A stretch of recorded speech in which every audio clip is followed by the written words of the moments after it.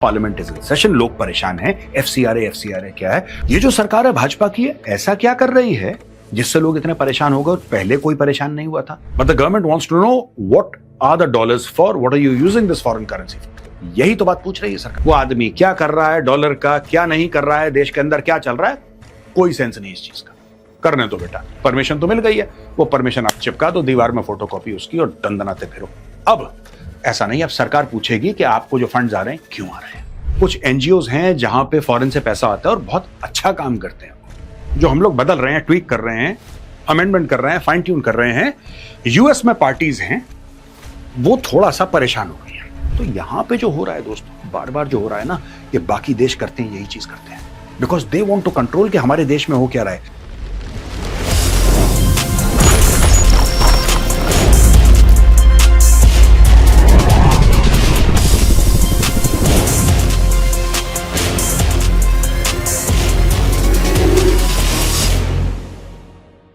जय हिंद दोस्तों, मैं हूं मेजर गौरव आर्य और आप देख रहे हैं द चाणक्य डायलॉग्स। आज बात होगी एफसीआरए की दोस्तों, यानी कि फॉरेन कंट्रीब्यूशन रेगुलेशन एक्ट। 2010 एक बड़ा इंपॉर्टेंट साल था। एफसीआरए पहली बार आया 1976 में।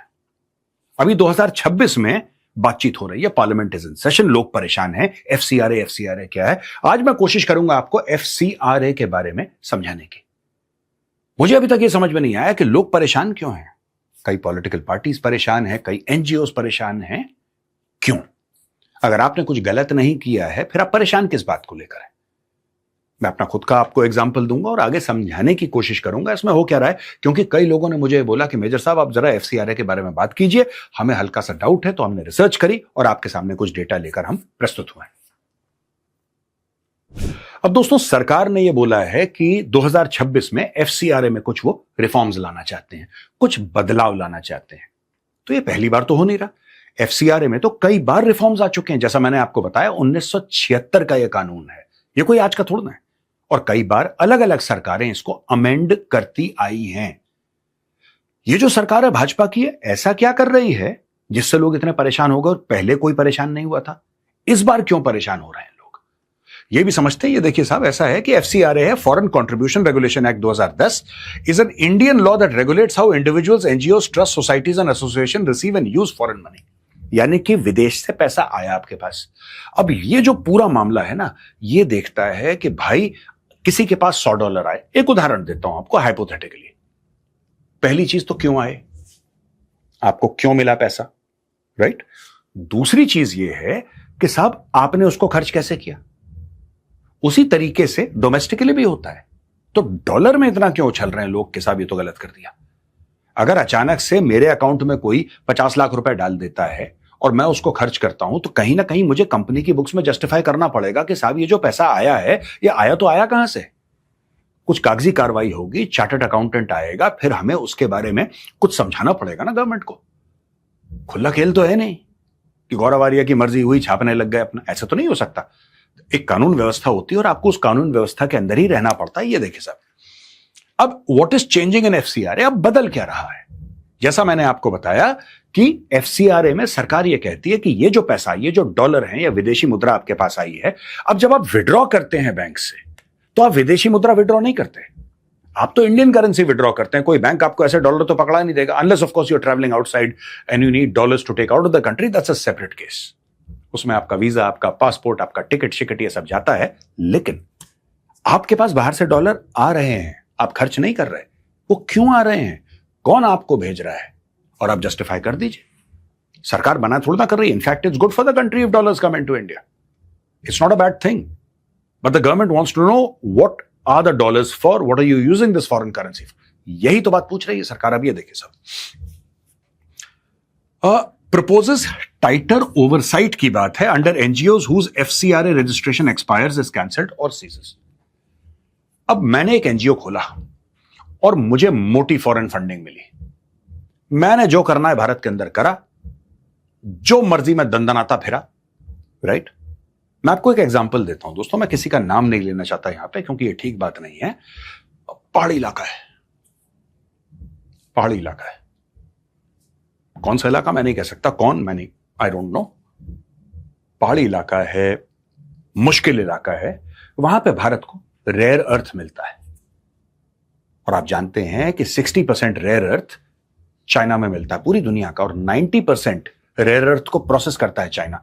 ये एक हाइपोथेटिकल एग्जांपल है, आप प्लीज ये मत सोचना कि मैं आपको कोई मैसेज कन्वे करना चाहता हूं। There is no message from my side, I am just giving an example. पहाड़ों का इलाका है, वहां पे भारत को रेयर अर्थ मिलता है, और भारत को जब रेयर अर्थ मिलता है वहां पे, तो भारत जाता है वहां पे रेयर अर्थ निकालने के लिए, क्योंकि भारत को अपनी सोसाइटी के लिए, अपनी इकोनॉमी के लिए वो रेयर अर्थ मटेरियल चाहिए। दूसरी चीज है कि चाइना का जितना कंट्रोल कम हो उतना बढ़िया है। अब वही चीज आप ये देख लीजिए कि अगर भारत में तेल मिलता है, आपको भारी मात्रा में तेल मिलता है, भारत तो लाखों, जिसको कहते हैं ना thousands and lakhs of crores every year, billions upon billions of dollars Bharat खर्च करता है, अरब देशों से तेल मंगाता है, ये मंगाता है, वो मंगाता है, आपको पता है, इसमें मोटा पैसा खर्च होता है। अब होता यह है कि साहब, अगर भारत में तेल का भंडार मिल जाए सॉलिड वाला, अभी भी है तेल भारत में लेकिन कम है बहुत, भारत में एक तेल का भंडार मिल जाए बहुत ज्यादा, मतलब आप ये सोच लीजिए कि इंडिया में बिल्कुल बहुत ही ज्यादा तेल मिल गया, तेल का समंदर है वहां पे। अब अचानक उससे होगा क्या? अचानक लोग ये बोलना शुरू कर देंगे कि ये गलत है, आप यहां से तेल नहीं निकाल सकते, अगर आप यहां से तेल निकाल लेंगे तो वातावरण खराब होगा, विच इज करेक्ट, वातावरण थोड़ा बहुत खराब होगा, लेकिन ये लोग बोलेंगे कि नहीं हम धरना करेंगे या अनशन करेंगे। ये प्रेशर टैक्टिक्स होती हैं सरकार के ऊपर, और ये काम ज्यादातर करते हैं एनजीओस, ज्यादातर। मैं आपको एक छोटा सा एक काम आपसे रिक्वेस्ट कर रहा हूं। भारत ने एक प्रोजेक्ट बनाया, गैलिथिया बे प्रोजेक्ट, भारत ने इसके ऊपर पैसा सैंक्शन कर दिया, 80 to 90,000 करोड़। इसको ग्रेट निकोबार भी बोलते हैं, ठीक है जी। This is very near Indonesia, Bharat का इलाका है, इंडोनेशिया से बहुत पास है। भारत ने बोला कि हमें यहां पे बहुत बड़ा एक पोर्ट बनाना है, यहां पे अपना we'll have a international airport, और यहां पे एक सिटी भी बनाएंगे, हम बहुत कुछ करेंगे यहां पे जिससे भारत की ट्रेड ठीक हो। प्रॉब्लम ग्रेट निकोबार के साथ ये है कि वो बिल्कुल, अगर आप ग्रेट निकोबार में खड़े होकर अगर आप सीधे देखेंगे, मैं आपको मुहावरतन बोल रहा हूं, सीधे देखेंगे, you can't actually see, but I am just trying to explain, कि आप ऐसे बैठ के देखेंगे तो सामने क्या दिखेगा आपको दोस्तों? दिखेगा नहीं, it's hundreds of kilometres away, but you will see the Malacca straight. एक बात बता रहा हूं आपको दिखेगा मलाक्का स्ट्रेट, और जैसे ही आपको मलाक्का स्ट्रेट दिखा, परेशानी किसको होगी? चाइना को। और जैसे ही चाइना को परेशानी होगी तो कुछ पॉलिटिकल पार्टीज और कुछ एनजीओ यहां पे एक्टिव हो जाएंगे। चाइना खुद कुछ नहीं बोलेगा, चाइना बोलेगा कि ये देखिए ये अच्छी बात नहीं है, और चुपचाप ये सब कह के उसको हल्का फुल्का कंडेम करके चाइना गोली दे देगा। और फिर अचानक यहां पे मीडिया एक्टिव हो जाएगा, एनजीओ एक्टिव हो जाए, एक पूरा इकोसिस्टम एक्टिव हो जाएगा कि उस प्रोजेक्ट को टेक ऑफ नहीं करने देना। ये हो रहा है, इसलिए मैं कह रहा हूं जाइए गूगल पे और चेक कीजिए कि मैं क्या बोल रहा हूं, ठीक है जी। अब बदल क्या रहा है ये समझ लेते हैं। मैंने आपको तेल का एग्जांपल दे दिया, मैंने आपको गैलिथिया बे प्रोजेक्ट का यानी कि ग्रेट निकोबार का, दोनों का एग्जांपल दे दिया। अब देखिए इसमें बदल क्या रहा है। पहले क्या होता था कि अगर एनजीओ का एफसीआरए लाइसेंस एक्सपायर हो जाता था तो वो जो कानून है वो स्पेसिफाई नहीं करता था कि ये जो एसेट्स हैं जो उस एनजीओ ने क्रिएट करे, क्योंकि उनको फंडिंग मिल रही है तो उन्होंने कुछ खरीदा होगा, जमीन खरीदी होगी, कुछ घर बनाया होगा, कुछ एफडी में पैसे, कुछ XYZ जो भी है, वॉट एवर द केस में भी, उसका करना क्या है। क्योंकि लोग क्या करते हैं, 1-2 साल के लिए एनजीओ बनाया, मोटा पैसा लिया, एनजीओ बंद करा, पैसा लेके कहीं और डाला, कोई ट्रैकिंग नहीं है, कोई ट्रैकिंग नहीं है, क्योंकि रुपीज में है। रुपीज में है तो आप ट्रैकिंग क्या करोगे भाई?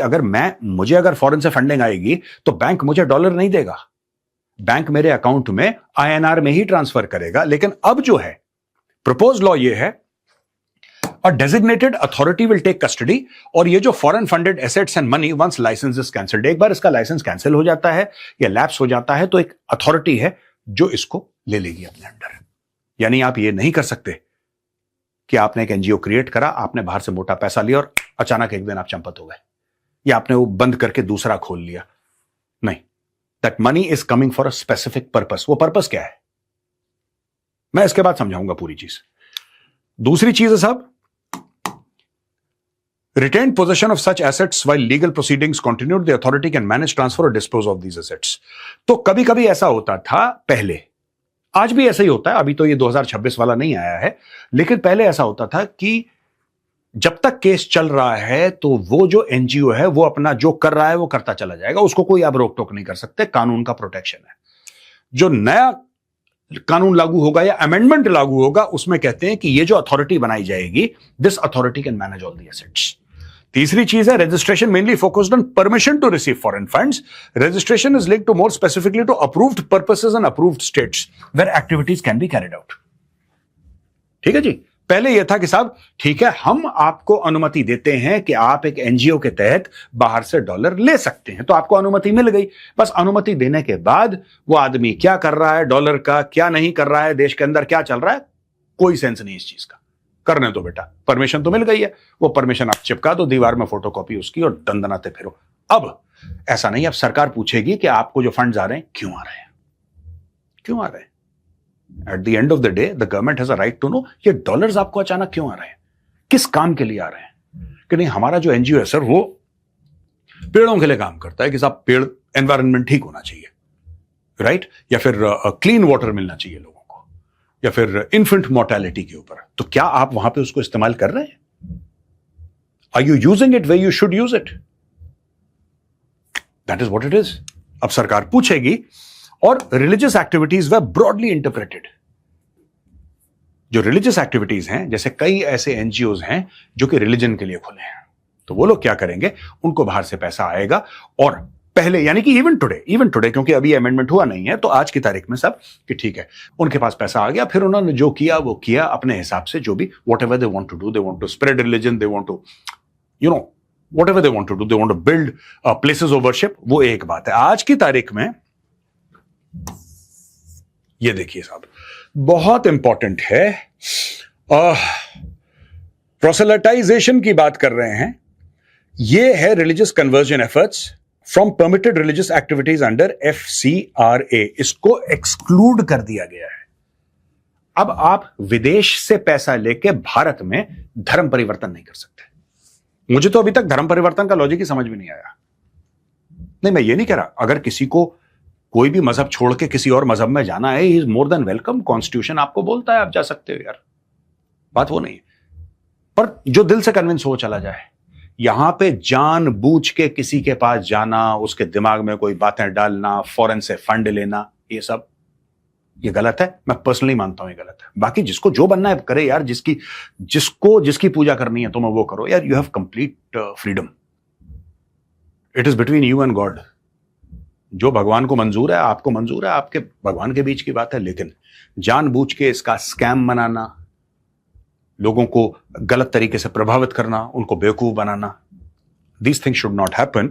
Why it matters: protects India's sovereignty and national security, ensures the responsible use of foreign contributions, brings greater transparency and accountability, prevents misuse for political and religious agendas. ठीक है जी। इसमें कई सारे ऐसे एनजीओज हैं जो इलेक्शन के आसपास एक्टिव हो जाते हैं, अचानक एक्टिव हो गए। भारत कुछ करना चाहता है, अचानक आपने देखा होगा, आपको कुछ चेहरे हर एक प्रोटेस्ट साइट पे मिलेंगे। मैं बता रहा हूं, हर एक साइट पे आपको वही चेहरे मिलेंगे। वो यू विल फाइंड सम, जो 10, 15, 20, 25 चेहरे हैं, वो किसानों का प्रोटेस्ट हो या जो जंतर मंतर में चल रहा है वो हो, या वो कुछ भी हो, खासतौर से एनसीआर दिल्ली में, वो बंदे आपको वहीं पे मिल जाएंगे। उसमें से बॉलीवुड वाले शामिल हैं, उसमें प्रोफेसर्स कॉलेजेस के शामिल हैं, उसमें से प्रोफेशनल एक्टिविस्ट, ये भी आजकल एक प्रोफेशन बन गया एक्टिविस्ट, और बहुत फायदा है इसमें।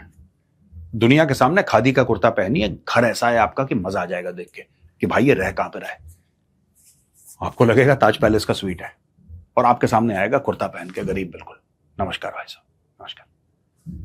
ये चल रहा है। अब दोस्तों कुछ 2-3 एग्जांपल हैं। जैसा मैंने बोला कि कई सारे एनजीओ, तो मैं सारे एनजीओ को खराब नहीं कह रहा, और सारे एनजीओ खराब हैं भी नहीं। कुछ एनजीओ हैं जहां पे फॉरेन से पैसा आता है और बहुत अच्छा काम करते हैं वो, and we must respect them and thank them, and they are doing fantastic work. But मैं आपको 2-3 एग्जांपल्स आज देना चाहता हूं जो कि वेरीफाइबल एग्जांपल्स हैं, जो जाके आप इंटरनेट पे चेक करिए और फिर आप बताइए कि साहब ये हुआ कैसे। जैसे for example Greenpeace India. Government ने ग्रीन पीस को एक्यूज करा था of using foreign funds to campaign against project such as coal mining and nuclear power. Greenpeace को फॉरेन से फंड आए और सरकार ने इनके ऊपर आरोप लगाया न्यूक्लियर पर। अब देखिए ना, बात यह है, भारत में बहुत लोग हैं जो गरीब हैं। India is a growing economy, ठीक है। अब ग्रोइंग इकोनॉमी में होता क्या है दोस्तों, मैं आपको एक दो एग्जांपल देके पहला पॉइंट निपटाता हूं। ग्रोइंग इकोनॉमी में यह होता है, यू नीड कांस्टेंट एनर्जी, ये आपकी जरूरत है, ठीक है। डैम बनाने में दशकों लग जाते हैं, बड़ा डैम बनाने में, and they are horribly expensive, और बहुत जमीन है और दुनिया भर की चीजें हैं। Dam is a very complicated thing, कोई आसान चीज नहीं है डैम बना देना। तो 140 करोड़ लोगों के लिए बिजली आएगी कहां से? क्लाइमेट चेंज की आपको फिक्र होनी चाहिए, और जाहिर सी बात है हम सबको होनी चाहिए क्लाइमेट चेंज की फिक्र। न्यूक्लियर एनर्जी जो है, इट इज क्लीन एनर्जी, उससे कोई कार्बन तो निकल नहीं रहा, उसका कोई कार्बन का फुटप्रिंट तो हो नहीं रहा, to the best of my knowledge, ठीक है। आप ये देखिए, कोल माइनिंग आप कर नहीं सकते भाई। कोयले की वैल्यू क्या है कि कोयला जलता है। कोल माइनिंग क्यों होती है? क्योंकि कोयला जलता है, जब वो जलता है उससे हीट पैदा होती है, उससे आप थर्मल एनर्जी पैदा कर लो, आप उससे इलेक्ट्रिकल एनर्जी, आपको जो पैदा करना है, यानी कि it is fuel basically, right? It is fuel. Coal mining ठीक नहीं है। अच्छा, कोल माइनिंग ठीक नहीं है की बात समझ, न्यूक्लियर पावर भी ठीक नहीं है, तो हम क्या करें? पूरा 140 करोड़ लोग अपने घरों पे सोलर पैनल लगा लें? क्या करें? उससे उतनी बिजली पैदा हो नहीं सकती है। You require energy. कहां से आएगी वो energy?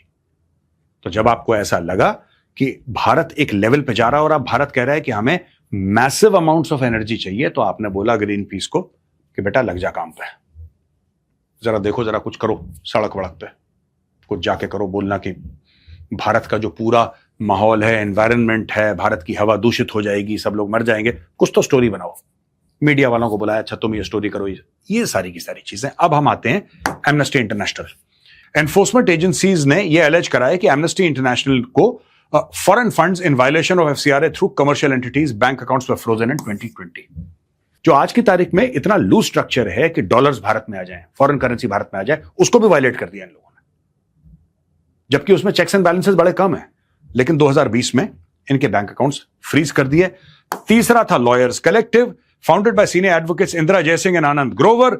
Ministry of home affairs ने इनका एफसीआरए लाइसेंस कैंसिल किया है और बोला है कि ये जो फॉरेन कंट्रीब्यूशन आपको आ रहे हैं, ये एफसीआरए के प्रोविजंस के खिलाफ हैं।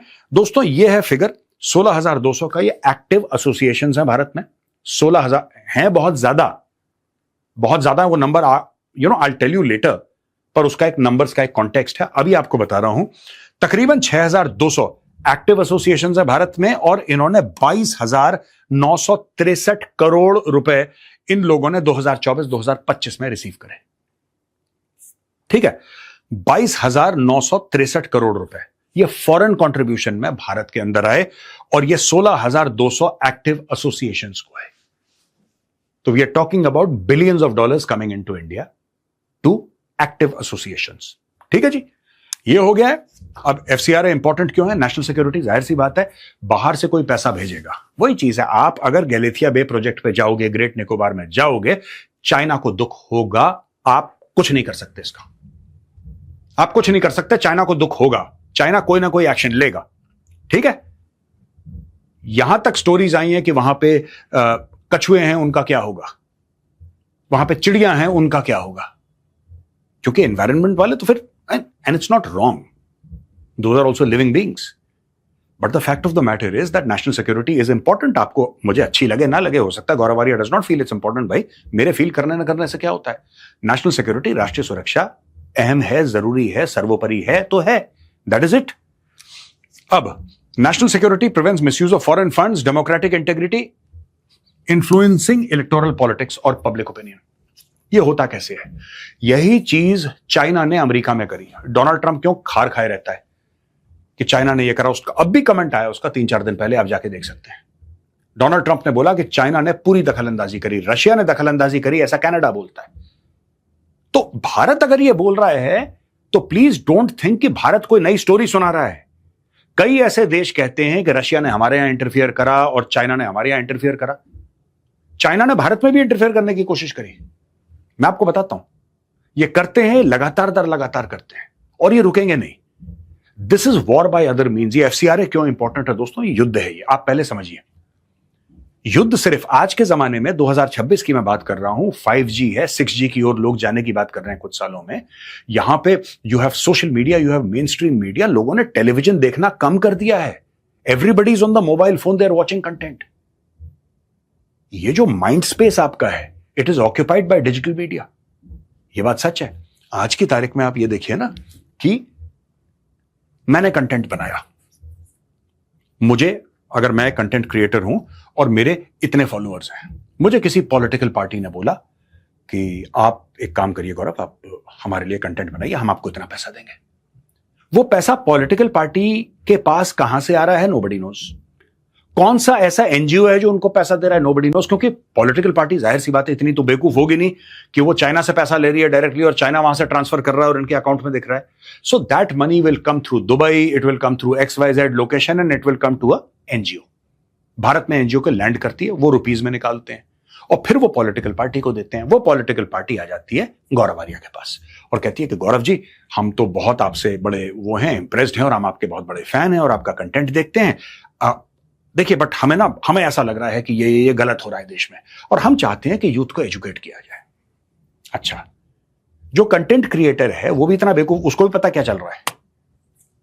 वो बेवकूफ नहीं है, वो अपना धंधा चला रहा है, बिजनेस चला रहा है। He is not a fool और she is not a fool, they know what's happening. और फिर वो लोग क्या करेंगे कि इसको पैसा लेके फिर जितने भी लोग मुझे देखते हैं, मैं उनको स्टोरी सुनाऊंगा कि ये जो पार्टी है बहुत बुरी है, इसको हटाना जरूरी है, तख्ता पलट जरूरी है।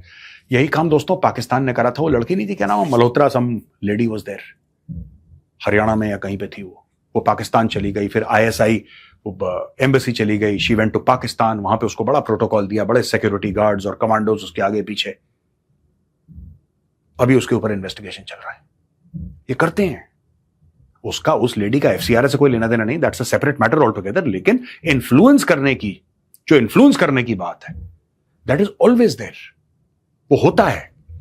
तो transparency ensures openness and receipt and use of foreign contribution. फिर कहते हैं अकाउंटेबिलिटी। अकाउंटेबिलिटी होती है कि भाई मैं यहां पे हूं, पैसा आ रहा है, वो पैसा कहां पे गया। पांचवी चीज सॉवरेनिटी, भारत की संप्रभुता, भारत की खुद मुख्तारी, भारत की सॉवरेनिटी, ये बड़ी क्रिटिकल है। अब दोस्तों मैं आपको ये चार्ट इसलिए दिखा रहा हूं कि आप समझ लें FCRA का सफर। Let's go back a little into history, फिर मैं आगे चल के आपको बताऊंगा क्या स्टोरी चल रही है। Let's go back a little into history. 1976 में FCRA पहली बार बना। ठीक है, जो लोग अभी कह रहे हैं कि ये सरकार क्या कर रही है और मोदी सरकार क्यों FCRA में अमेंडमेंट कर रही है, मैं एक आर्ग्यूमेंट दे रहा हूं। ठीक है, 1976 में FCRA को लाए तो बोला to regulate the use of foreign contributions and hospitality consistent with the values of a sovereign democratic republic. ये लिखा गया और बोला कि 1976 में FCRA आ गया। Very good, welcome welcome. 1984 में पता लगा कि यार कुछ तो गड़बड़ है। 84 की बात कर रहा हूं मैं।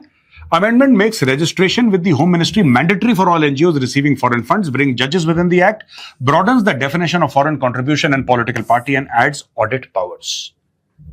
तो जो सरकार थी 1984 में, if I remember correctly, 1984 में इंदिरा जी थी और उसके बाद राजीव जी बन गए प्रधानमंत्री। इंदिरा जी का जो असैसिनेशन हुआ था उसके बाद राजीव जी बन गए थे। मुझे याद है मैं स्कूल में था उस वक्त। तो ये 1984 में हो गया। उसके बाद 2010 में हो गया कि FCRA 2010 replaces and consolidates the 1976 Act with stronger compliance architecture. जो कंप्लायंस लेवल था यहां पे हल्का है, हमें और ज्यादा कंप्लायंस चाहिए। सरकार को सरकार को 1984 और 2010 में ऐसा क्या हुआ? सब ठीक तो चल रहा था, बना तो दिया आपने।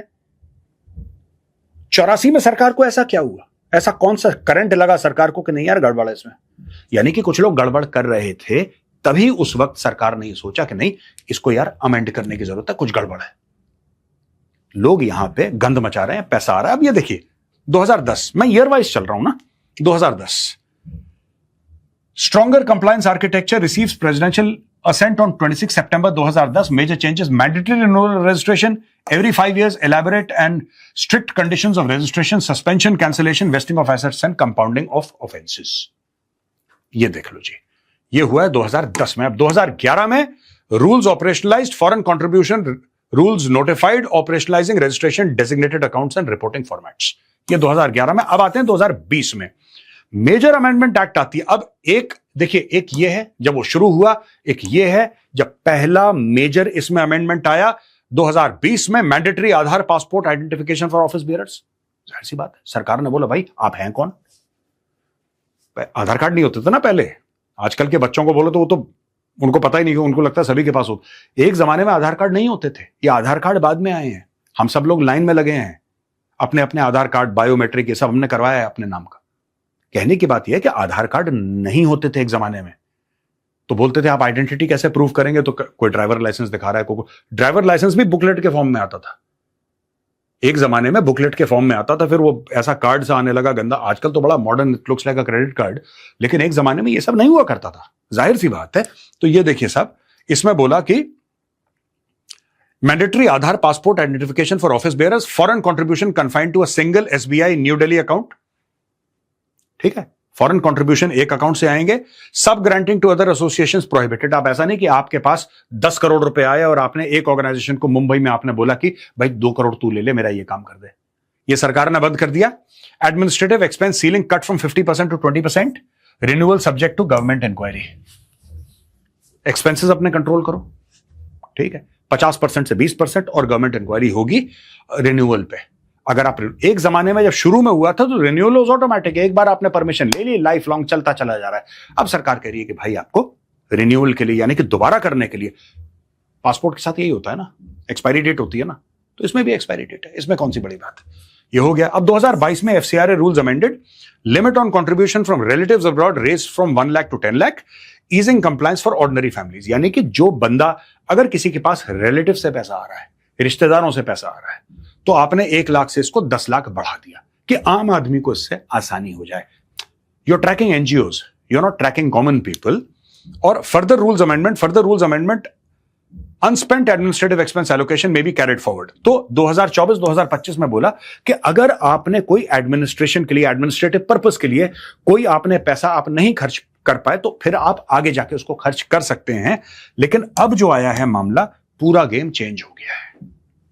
पूरा गेम चेंज हो गया. और 2026 में सरकार क्या चाह रही है, ये मैं आपको पहले समझा चुका हूं. तो आपको पता लग गया होगा. इसका एक इतिहास है दोस्तों, इसकी एक हिस्ट्री है. 1976 से लेकर अभी इसको फाइन ट्यून किया जा रहा है. अब लोग क्यों ऑब्जेक्ट कर रहे हैं मुझे नहीं पता. मैं अपना एग्जांपल मैंने बोला था. हम यूट्यूब पे कंटेंट बनाते हैं, हमें कुछ डॉलर आते हैं बाहर से जो कि गूगल भेजता है. मैं कहता हूं कि अगर सरकार को चेक करना है तो मोस्ट वेलकम. मैं सबसे पहला वॉलंटियर हूं. ये पैसे कहां से आते हैं मेरे पास, कौन से अकाउंट में आते हैं, मैं पैसे कहां खर्च करता हूं. ठीक है ना, मैं पैसे कहां खर्च करता हूं, इसकी पूरी मेरा बैंक में है. मेरा CA files all my taxes. But if anybody wants to investigate from the government side, you are more than welcome यार.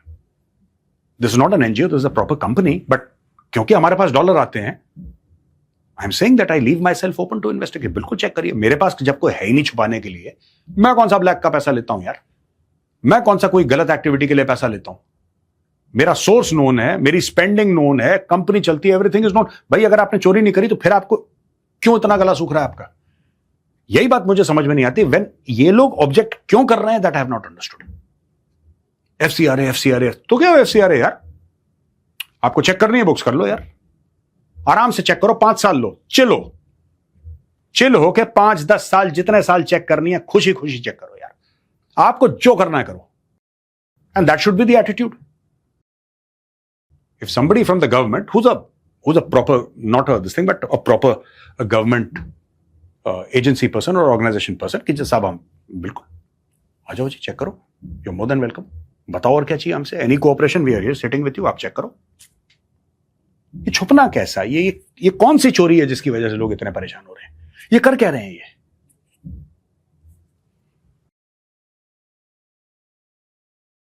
अब दोस्तों, US parties unite against FCRA tweaks, जो हम लोग बदल रहे हैं, ट्वीक कर रहे हैं, अमेंडमेंट कर रहे हैं, फाइन ट्यून कर रहे हैं, यूएस में पार्टीज हैं वो थोड़ा सा परेशान हो गई हैं।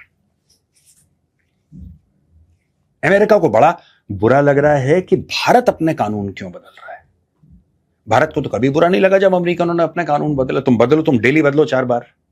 तुम्हारा राष्ट्रपति तो अपना पॉइंट ऑफ व्यू बदलता है ना दिन में 4 बार, तो तुम अपने कानून बदल लो सानू की। भारत ने तो कभी कुछ नहीं बोला। इनको बड़ा पेट में दर्द हो गया कि भारत क्यों कर रहा है। अब मैं आपको बताता हूं फॉरेन कंट्रीज के बारे में। यूनाइटेड स्टेट्स ऑफ अमेरिका, जैसे हमारा एफसीआरए है, यहां पे है foreign agents registration act, registration and disclosure with the Department of Justice for anyone acting at the direction of a foreign principal on political activity, lobbying, public relations or fund disbursement, periodic public filings, criminal and civil penalties, inspection of records, recently directed to be enforced more, not less assertively. ये America का है। ये वही America है जो भारत से कह रहा है कि यार तुम्हारे एफसीआरए में थोड़ी सी दिक्कत है यार, देख लो।